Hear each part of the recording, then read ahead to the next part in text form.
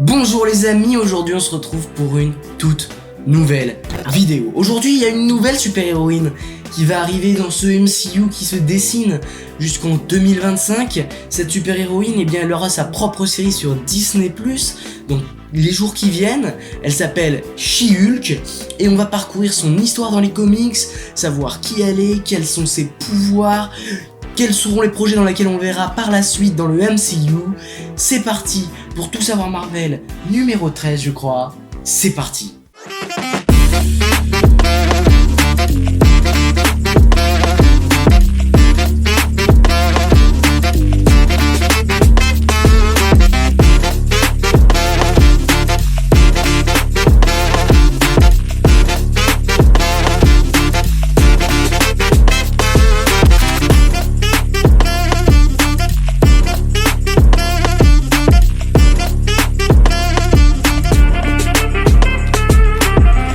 Déjà, qui est She-Hulk d'une manière générale, d'une manière globale?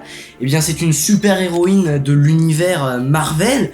Elle a été créée, comme un bon nombre de personnages d'ailleurs, par Stan Lee, cette fois en collaboration avec John Buscema. En France, elle a été renommée Miss Hulk et apparaît pour la première fois en 1980.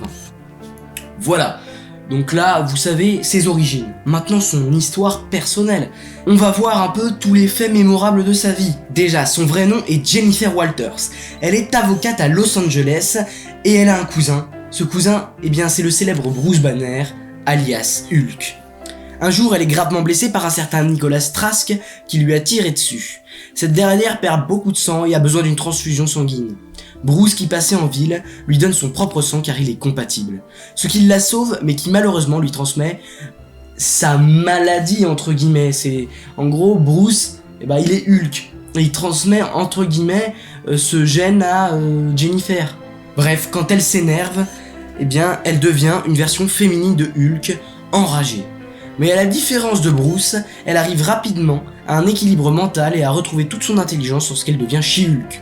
Deuxième point divergent entre les deux cousins, Bruce lui veut utiliser son super pouvoir pour sauver l'humanité et pour aider des gens, alors que elle décide de rien en faire au début et elle veut tout simplement reprendre sa vie normale, sa vie d'avocate. Mais son destin la rattrape et elle entame sans beaucoup attendre une carrière de super-héroïne, étant en parallèle la conseillère légale de nombreux super-héros.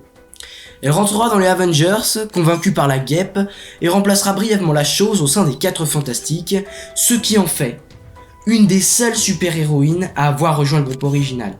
C'est très rare, en fait, il n'y a jamais eu beaucoup de membres supplémentaires aux 4 Fantastiques, et elle y est rentrée, c'est une des seules. Pendant cette période, elle rencontre White Wigfoot, avec qui elle aura une liaison.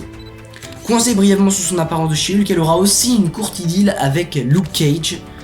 À la suite d'un combat contre sa pire ennemie Titania, elle se retrouve dans l'incapacité de se transformer en She-Hulk pendant un moment, jusqu'à ce qu'elle fasse appel à Doctor Strange, qui ôte alors son blocage psychologique. Elle tombe ensuite follement amoureuse de John Jameson III, qu'elle épousera grâce au pouvoir de Star Fox, mais dès qu'ils s'estomperont, le divorce sera prononcé. Après Civil War, elle est dépossédée de ses pouvoirs et entre pendant un moment au SHIELD avant de le quitter durant les événements de World War Hulk. Elle rentre en stop avec Amadeus Cho, qui lui rend temporairement ses pouvoirs. Ce dernier lui sera rendu par Tony Stark, et elle essaiera de convaincre sans succès son cousin de ne pas attaquer les Illuminati. Mais elle finit par reperdre ses pouvoirs et lui seront finalement rendus par Reed Richards. Bon, voilà, vous savez ces histoires, j'ai retenu vraiment le gros, vraiment ce qui pourrait aider à la compréhension du personnage si vous le voyez au grand écran ou même sur Disney+. Voilà, donc là vous savez tout du personnage dans les bandes dessinées, vous saurez donc si elle a été bien adaptée ou pas dans le MCU. Maintenant, parlons de ses pouvoirs. Eh bien, en fait, c'est un peu compliqué. Parce que Jen, comme on l'appelle dans les comics, eh bien, elle a pratiquement les mêmes pouvoirs que Hulk. En bref, elle a la même force, la même rapidité, la même endurance, les mêmes caractéristiques que Hulk. Sauf, à la différence, la seule différence, en fait, c'est qu'elle garde son intelligence en se transformant. Elle est hyper douée au corps à corps puisqu'elle a été entraînée par Captain America, Oui, en fait quand elle était en passage aux Avengers, c'est Captain America qui s'est occupé de sa formation de combattante.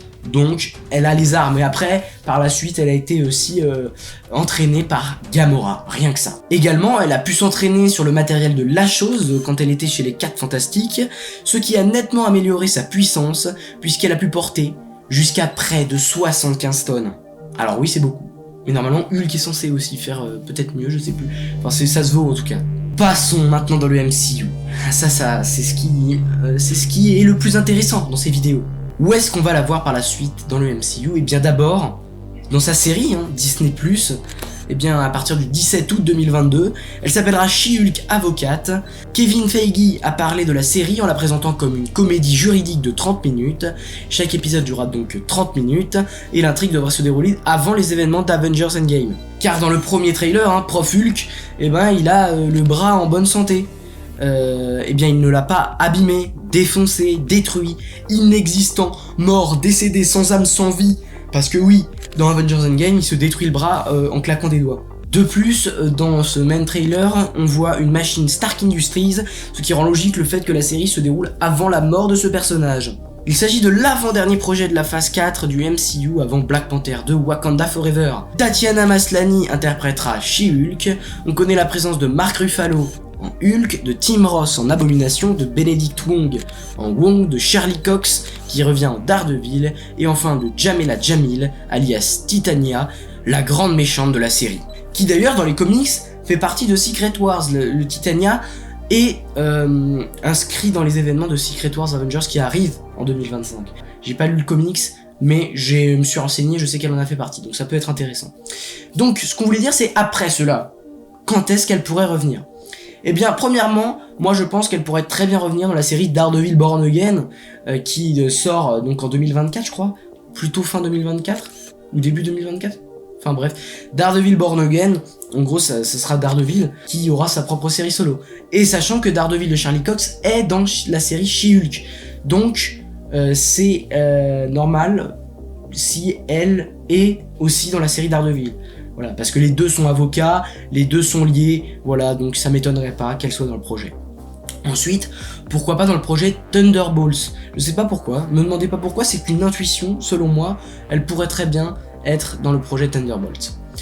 Ensuite, elle serait sans surprise dans le projet Avengers The Kang Dynasty et Avengers Secret Wars, où tous les Avengers seront présents globalement. Et puis après, peut-être World War Hulk. Alors peut-être que ce sera un projet avant Avengers, mais à mon avis non. World War Hulk, à mon avis, ce sera le dernier film avec Mark Ruffalo qui va mourir dans ce film, je pense. Mais en tout cas, un film solo Hulk arrive avec les événements de World War Hulk. À mon avis, c'était les rumeurs. Et à mon avis, elle serait potentiellement dans ce projet, étant donné que elle en fait partie également dans les comics. Voilà. Eh bien, écoutez, on aura fait le tour de She-Hulk. Là, vous savez tout. Là, vous connaissez plus le personnage que n'importe qui sur Terre. Eh bien, nous, on se retrouve pour une prochaine vidéo. N'oubliez jamais, subscribers, rassemblement.